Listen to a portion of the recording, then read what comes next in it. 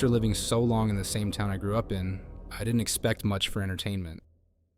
It's the kind of place where nothing ever changes. Same streets, same faces, same stories.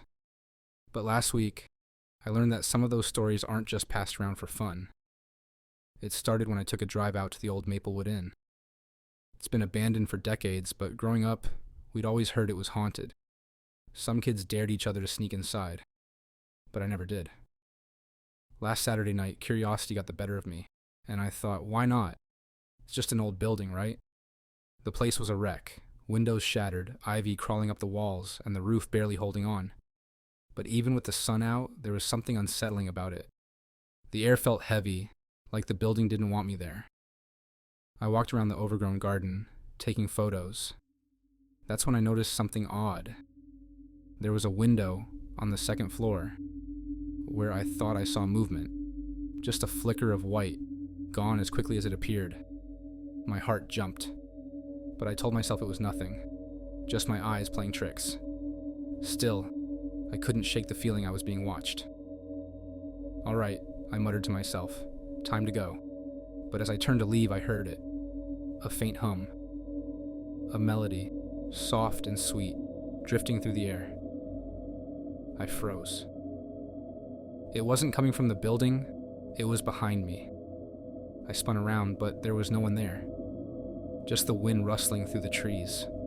I couldn't stop thinking about the inn.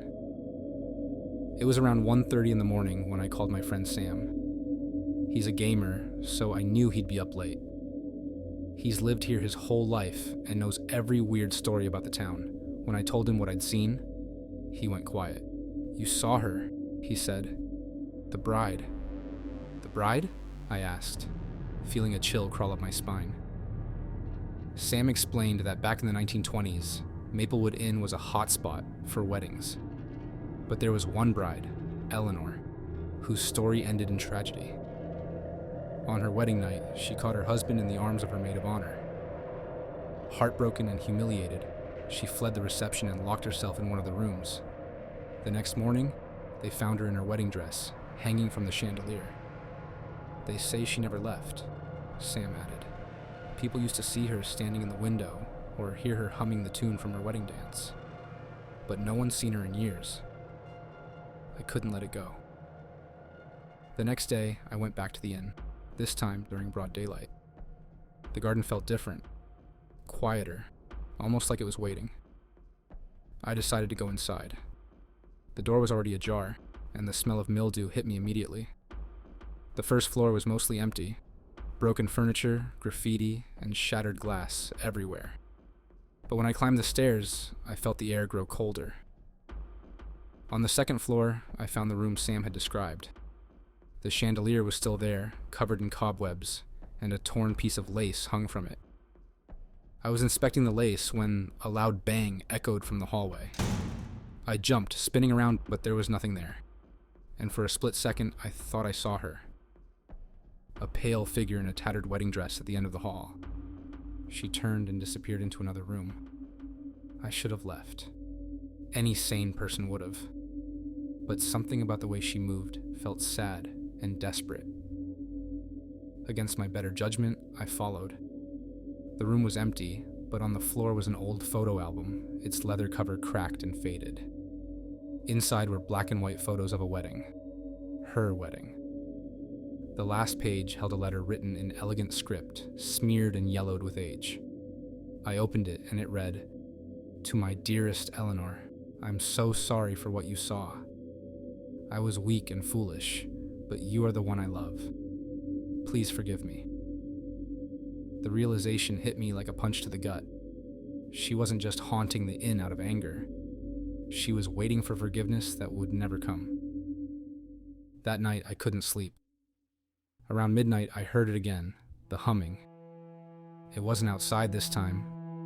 It was in my house. I walked into the living room, my breath caught in my throat. There she was, standing by the window. Her veil hung in tatters, her hollow eyes burning with anguish, her face twisting with fury. Before I could react, an invisible force hit me square in the chest, throwing me across the room. I crashed into the coffee table, shards of wood digging into my side. "Eleanor, stop!" I gasped, struggling to stand. She was on me in an instant, a cold, crushing pressure pinning me down. Her face hovered inches from mine, her breath like ice. "I read the letter," I said under my crushing voice. "He was sorry. He wanted you to know." With her hand on my chest, I started to feel more pressure pushing down on me. I shouted, "He loved you. He regretted everything." It was like the energy was being drained and being replaced with chills. With the little strength I had left, I pointed to my jacket. Sticking out of the pocket was the letter, the proof.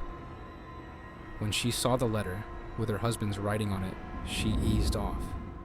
I could start to breathe again. Her grip faltered. The rage in her eyes flickered, replaced by a shadow of sorrow. She released me completely, her figure trembling. And then she faded into the darkness, leaving the room silent once more. I haven't seen her since, but every now and then I catch myself humming that same melody I heard Eleanor humming. Maybe it's my way of keeping her memory alive. Or maybe she's still out there, waiting for someone else to remind her she was loved. Whatever the case, I'll never forget Eleanor, the bride who couldn't rest, until someone finally told her the truth.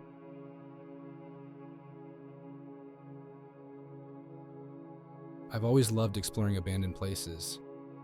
There's something about the silence, the decay.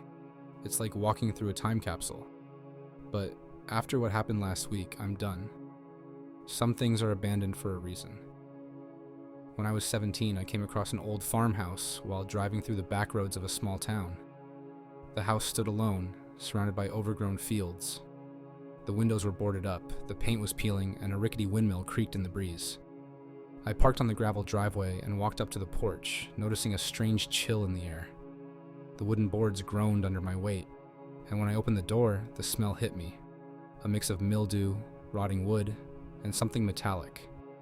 Inside, the house was a wreck. Furniture lay in pieces, and the wallpaper was curling off the walls. But what really caught my eye was the basement door. It was chained shut, with a crudely scrawled warning painted across it. "Do not enter." I didn't open it, I wasn't that stupid, but something about that door stuck with me. That night, after I'd driven home, I started hearing things. At first, it was faint tapping on my bedroom window, though I lived on the second floor. Then came the whispers, low, guttural murmurs that seemed to echo through the walls. And then just as I was drifting off, I saw it. A figure in the corner of my room, half shrouded in darkness. Its skin was gray and its mouth twisted into a snarl. It didn't move at first, just stared at me with those hollow, black eyes. When it finally lunged, I grabbed the closest thing I could, a metal lamp, and swung. To my shock, it recoiled, clutching its face as if I'd burned it. The creature's scream wasn't human. It was guttural, raw, and filled with rage. That's when I noticed the lamp. Its surface was coated in a strange grayish dust. The same dust I'd seen on the farmhouse's walls and furniture. The metallic smell was unmistakable. The connection hit me like a freight train. The dust wasn't just debris. It was something more. Something the Revenant feared. The next day, I drove back to the farmhouse, armed with gloves and a bag. I stayed clear of the basement door, but scooped up as much of that dust as I could find, brushing it from shelves, corners, and even the windmill outside. That night, I sprinkled the dust around my house. When the Revenant appeared again, it stopped at the threshold, pacing like a caged animal. It clawed at the air, its black eyes burning with rage, but it couldn't cross the invisible barrier. Finally, it let out a low, agonized wail before vanishing. I've sworn off urban exploration since then. I can't help but wonder who chained that door shut and why they left the dust behind. But I'm not going back to find out. Some mysteries are better left unsolved.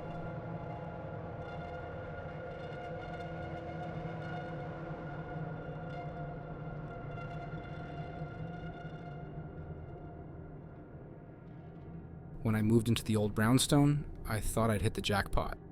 The rent was cheap, the neighborhood was quiet, and the building had this old-world charm that modern apartments lacked. Sure, the landlord was a little cagey about the history of the place, but I figured it was just another rundown property trying to attract tenants. It started with small things. At night, I'd hear creaks and groans that I chalked up to old pipes. But then I noticed something strange. No matter how many times I swept the hallway outside my apartment, it was always covered in a thin layer of dirt by morning. One night, I woke up to the sound of muffled crying. It was faint, like it was coming from the apartment next door. The strange thing was, the unit had been vacant for months. When I knocked on the door, the crying stopped.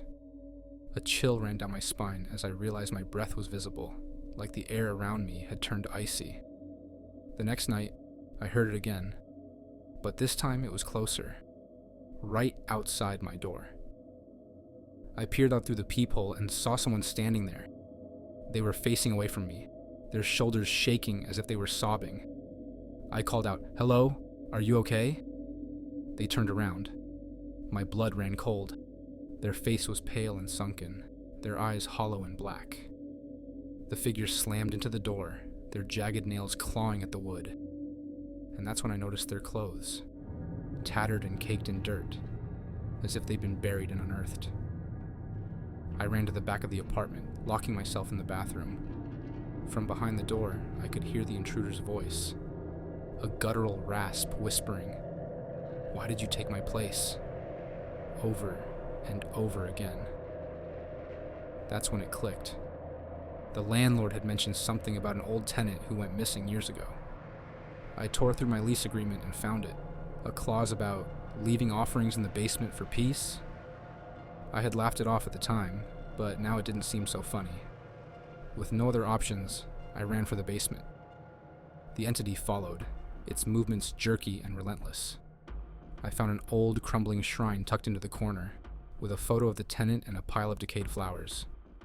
I grabbed what was left of the offerings and tossed them toward the Revenant. To my shock, it stopped. Its twisted face seemed to relax, and for a moment I thought I saw gratitude in its empty eyes. Then it vanished, leaving only the faintest wisp of cold air behind. I moved out the next day.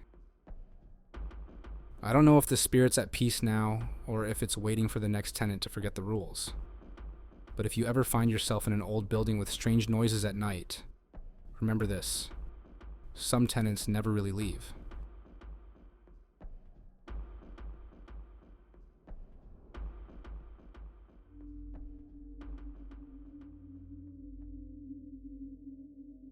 I grew up in a small, quiet town where nothing exciting ever happened. That's why, when I moved back after college, I thought it would be the perfect place to settle down. But a week ago, something happened that I can't explain, and I haven't slept since. It started when I took a shortcut home through the old cemetery. It was late and the streets were empty, save for the crunch of my boots on the frost-covered gravel. As I passed the rows of weathered headstones, I noticed something out of place. A fresh grave, the dirt piled loosely on top, like it had been dug up rather than filled in. There was no funeral that day. I would have heard about it. And this grave looked disturbed, like something had clawed its way out. I told myself it was probably just some prank. Kids messing around, maybe. But as I stood there, I felt uneasy, like the air had turned colder around me, and the usual quiet of the cemetery had been replaced by an oppressive stillness. I hurried home, trying to shake the feeling that someone, or something, was watching me. That night, I woke up to the sound of knocking at my door. 3 slow, deliberate knocks. I live alone, and I wasn't expecting anyone. My first thought was to ignore it, but then it came again. I grabbed a bat I keep under my bed and crept toward the door. "Who's there?" I called out. No answer, just the sound of the wind whistling outside. Slowly, I was about to turn back when I noticed muddy footprints leading up to my porch. They were too large to be a child's, and too uneven to be an adult's. The trail led away from my door and into the woods behind my house. I told myself it was just some drifter, and that I was overthinking things. But then I saw it. The shadow. A figure standing just beyond the tree line, barely visible in the moonlight. Its silhouette was tall and thin, its posture unnatural, like it hadn't stood upright in a long time. I bolted the door and locked every window in the house, trying to convince myself it wasn't real. But deep down, I knew. I knew whatever I saw wasn't human. The next day, I couldn't shake the feeling that I was being followed. At work, I kept catching glimpses of movement in my peripheral vision. When I turned, there was nothing there. On my way home, the streetlights flickered, casting long, shifting shadows that seemed to stretch toward me. That night, it came back. Not to my door this time, but to my bedroom window. I woke up to the sound of tapping on the glass. Soft, deliberate, like nails scratching against the pane. When I mustered the courage to look, my blood ran cold. It was the same figure from the woods. Its face was pale and sunken, with empty eye sockets that oozed darkness. Its mouth was twisted into an unnatural grin, revealing jagged, broken teeth. And it was staring directly at me. I scrambled out of bed and grabbed my phone to call the police, but when I turned back, the figure was gone. The only evidence it had been there were the claw marks etched into the frost on my window. The police didn't believe me. They said I was probably dreaming, but I know what I saw. I started digging into the town's history, trying to figure out what was happening. That's when I found it. The grave I'd passed in the cemetery belonged to a man named Victor Lang, a notorious recluse who had been accused of murdering 3 people before being lynched by the town nearly a century ago. His body was buried in an unmarked grave, right where I'd seen the disturbed dirt. The records said Victor had sworn vengeance on the town as he died, cursing anyone who dared disturb his rest. I think my shortcut through the cemetery was enough to wake him. I don't know what to do. Every night the knocking returns. Every night the shadow grows closer. I think he's waiting for me to open the door. I'm afraid of what will happen when I do.